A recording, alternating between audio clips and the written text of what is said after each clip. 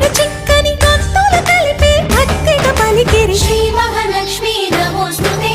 శ్రీ మహాలక్ష్మి నమోస్తుతే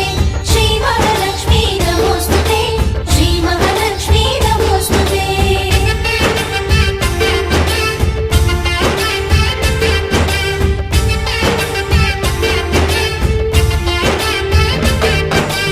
నిద్దురలేవమ్మా తల్లి నిద్దురలేవమ్మా పసుపు కుంకుమతో భక్తులు వేచినారు